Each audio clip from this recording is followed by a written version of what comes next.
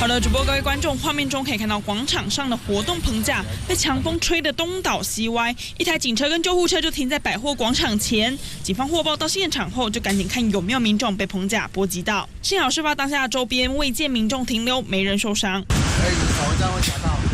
3名百货保全协助将棚子收起，就怕再一次强风将棚子吹倒。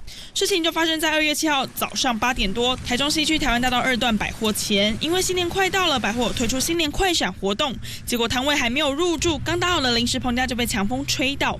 广场前就是交通要道，幸好棚架没有波及到路上车辆。以上现场最新情形，将时间交给棚内。